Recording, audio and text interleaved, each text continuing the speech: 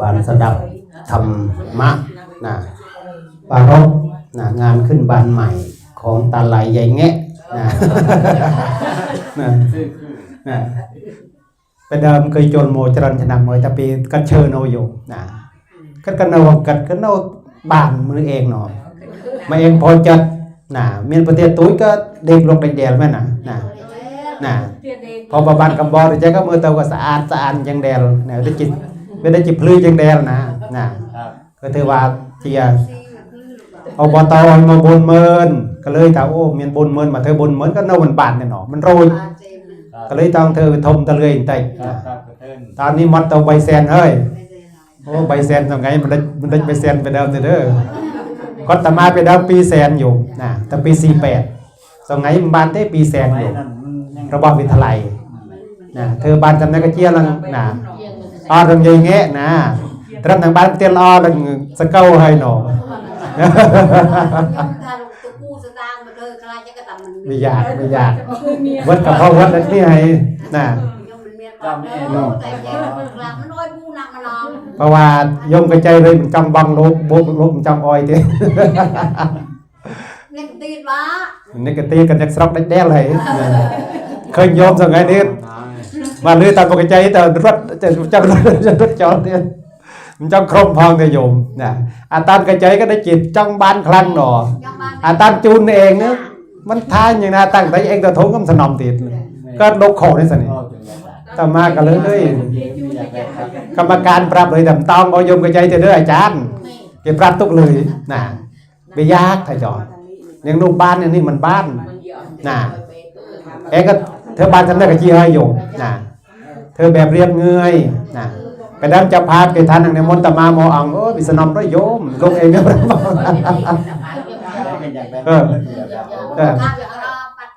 แต่มาทานมาอังมารวยก็บานโยมแต่มาติดตอนแต่มาตาเราอ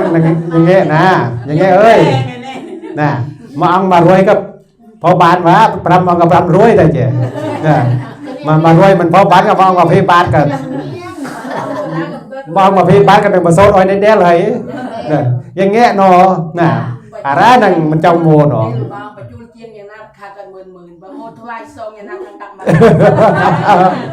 ก็ตำมากระทาเตอมามันเวียนดันว่ามาด้วยกับมาเอามาพี่บ้านก็มันบ้านทาอุ่ยน่ะก็โซดอ้อยในเด้น่ะเองก็เข้าใจไงจะพาเป็นปุ้งสางเนาะสางเนี่ยบานปลายตำมาสางเด้งเลยแต่โอ้เมื่อเมนตำมาบ้านหลังซ้ำจะซื้อบ้านหลังปีแซมประมาณ10,000โยมอันนั้นซ้ำแซมนั่นนี่ตัวหนานี่น่าโบดนะด้านหน้าหนึ่งรู้เกียงเลิงกลับมันเลิงกล้าตัวเองแต่เลิงเทียนเกียงก็เลิงบาทเลยงั้นยุ่มตัวทาได้ยุ่มทาก็ได้บันบันเทอร์ลิงแล้วหน่อยทาอันบ้าบ่เห็นที่ว่ามันห่อนเห็นย่ำมาสาวกันย่ำมาเลยแม่บอกว่าแม่ไปหาหนูกินอยู่เดี๋ยวถ้าพี่กินมาคุ้มก็พี่ไม่มีครบไหมแต่น้ำอ้อยเธอหอดเกียงพองนะมาคุมเอาเด้อลูกน้องพอใดให้ตามาไปด่านี่ประเมินนี่ประเมินหน้าที่ตามาดิปรับลูกพี่ตัวเฮ้ยเดี๋ยวประจันจะมาอยู่ดอกก็ตันบ่เลี้ยวเจ้าหน้ากี่ก็เข้าใจ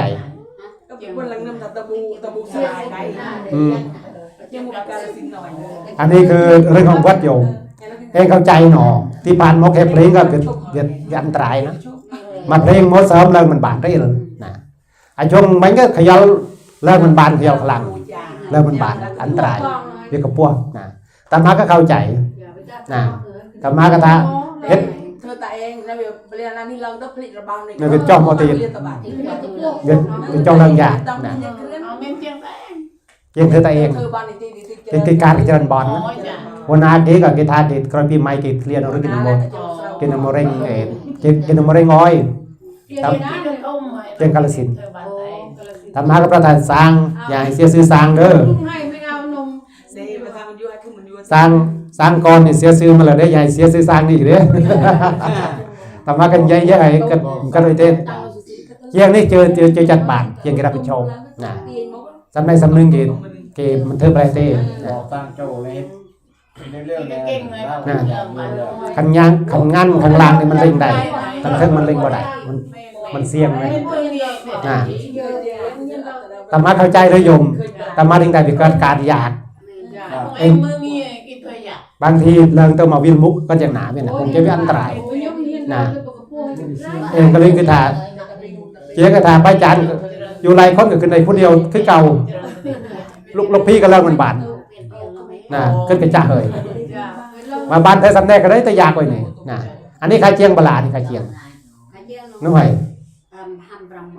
กำไทยไทยเต้นะบ่แพงมันใดนะบ่แพงพอฟังอยู่มันพอฟังอยู่เคยเขาบางอีเลยนะคือมันละโบราณมันละโบราณคือฮะอยู่ตำบลพรงนี่ตัวหน้าบอลเล็กบอลต่อ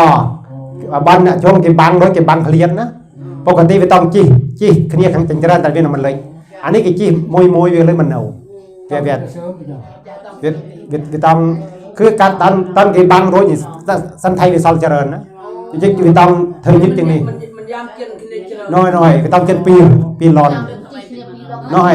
อันนี้ก็เจนมวยก็น้อยเจียงก็เลยหมดบอลต้องหน่อยบอลตอหน่อยหน่วยบอลไปตอเนี่ยแล้วไปเดินแต่มาทานย่อยสันไทยแบบเรียบธรรมดาแบบนุ่มบังเงยนะเกี่ยงนกแต่พระอาจารย์มันบ่งามบทต้องเอางามเฮ็ดได้บอลล่ะได้อยู่อาจารย์สุดท้ายที่มือมันดอก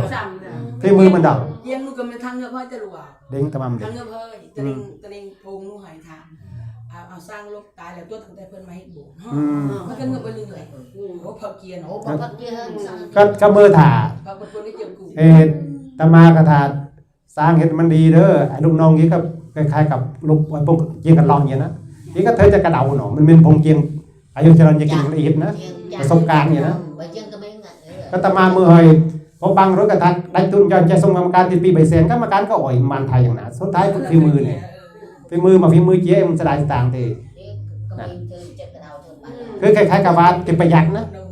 ที่ตะยั่วอย่างน้ำโมกับบ้านนี่มันเมี้ยนนะการบดการอยากการเลี้ยงต้องเยี่ยมเป็นฝีมือมันเต้นเกี่ยงวันนี้ประพาจันจางไปตามเกสางนกมัดหลายงานเลยดิเธอรู้อยู่เล็กมันยืดกันนะครับอยู่กันสิโอ้ไก่ตัวนึงเป็นพี่น้องกันนั่นแหละบริคนไกลกันหรอกเป็นลูกเป็นหลานนั่นแหละผมเห็นยืดตอนนั้นมานี่คือปัญหากันนั่นก็สั่งนะตอนแรกแต่มาบอกกรรมการเนี่ยกรรมการเนี่ยที่มันหลายผักหลายตอนนี่มันจะหัวเด้ตั้งแต่ที่เก็นแบบแล้วถ้ายกขันบ่เอาจริงๆมันบ่คือโบสถ์ไปแล้วแต่มาท่านเตือนมวยน้ำมารูดขันร้องน้ำมารูดเลยมันต้องผักอย่างนั้นจะเป็นผักยกทางมันได้บอดมือเล็กเสน่ห์แต่มาแต่ชื่อมัดมันบาดเลยแต่มาก็ได้เคยเห็นบอลด้วยครั้งหนึ่งบอลในตะโบงบอลสูตรบอลเปลี่ยนในใจไหมนะบอล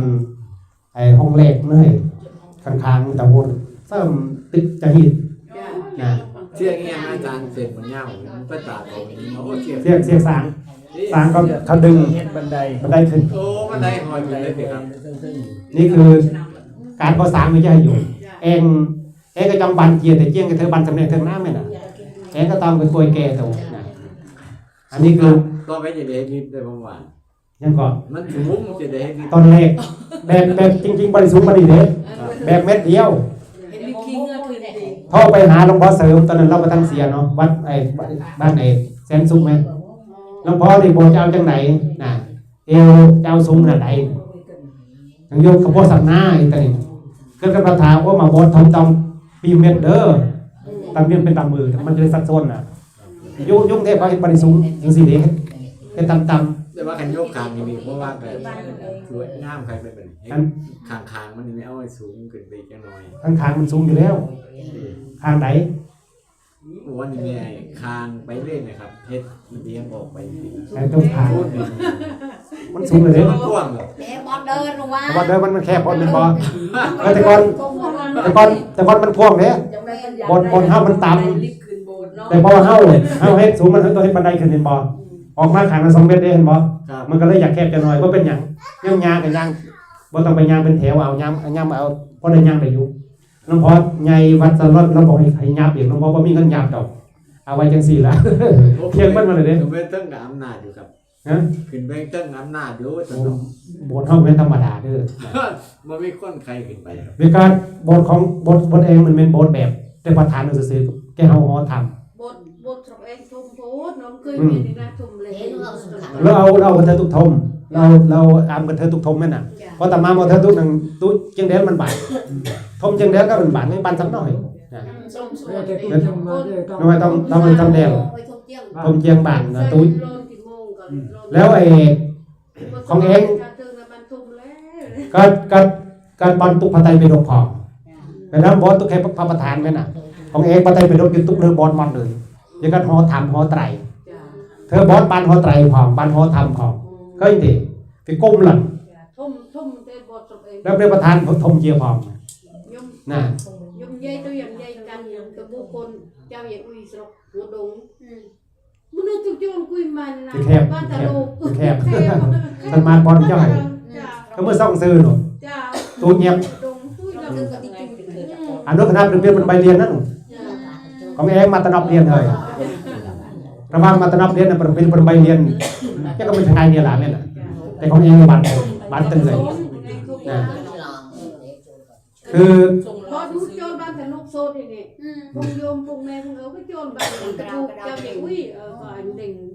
คือโบนเป็นเดิมกี่วันแต่ลูกโจลเต้ากี่มอยมโจลแต่ว่าพอสองไงนี่เรียกว่าบอลถม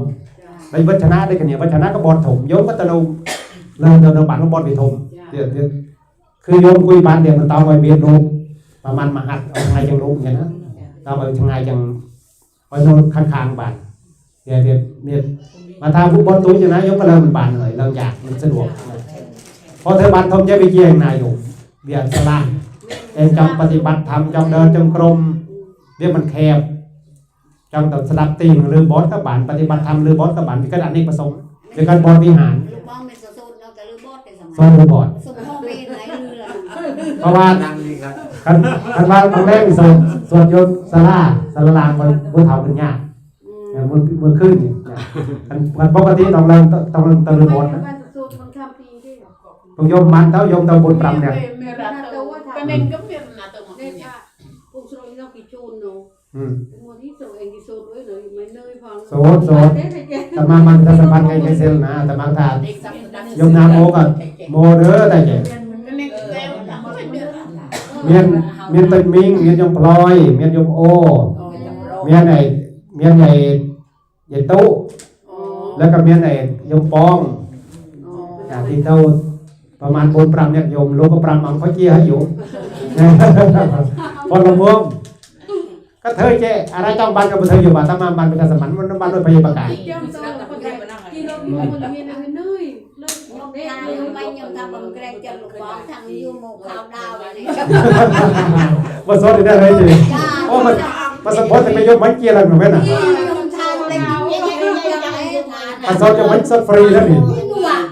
dùng bánh phi nó hỏi นั่นประมวยทุน dùng มันปรับทุกหน่อมาเข้าดาวเดินไปเที่ยวอย่างเงี้ยได้เนี่ย ta ôm ba nu mân lực bằng cùi nu một khảo đào nó chẳng sợ như thế nó hai sinh lên โอ้มันแต่สดพลังไม่ธรรมดาได้อย่างเงี้ยอย่างเงี้ยสดพลังเรายังไปจากประเทศนมบานก็เตากันได้หนึ่งเป้าอย่างเงี้ยแต่โบจีได้ดิเกี่ยให้ตามตำรับปัวเด้อนะ